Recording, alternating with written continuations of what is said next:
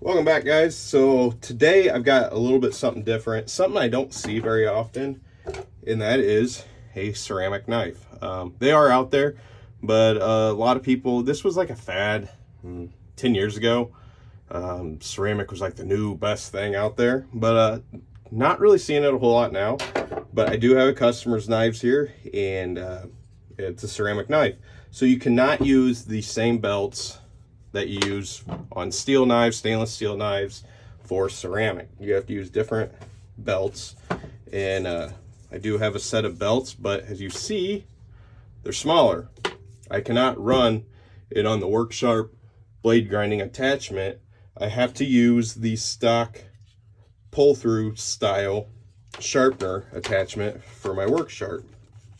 So get that set up in this orientation. There's two belts. There's a coarse belt and a fine belt. It does come in this kit here. You can get that number there. Coarse and fine yellow micro mesh diamond ceramic knife sharpening pack. And that will do your ceramic blades. Like I said, do not use normal blade or normal belts on these. It will mess them up.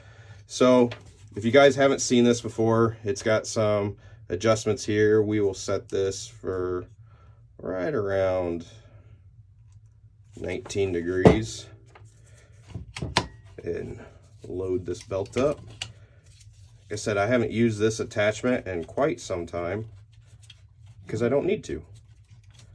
And it's been quite some time since I've had a ceramic blade in here.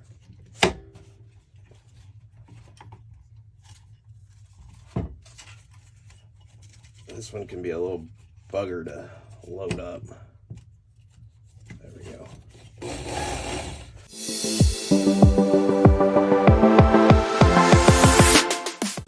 So we have a little roller guide here. That's what the knife rests on.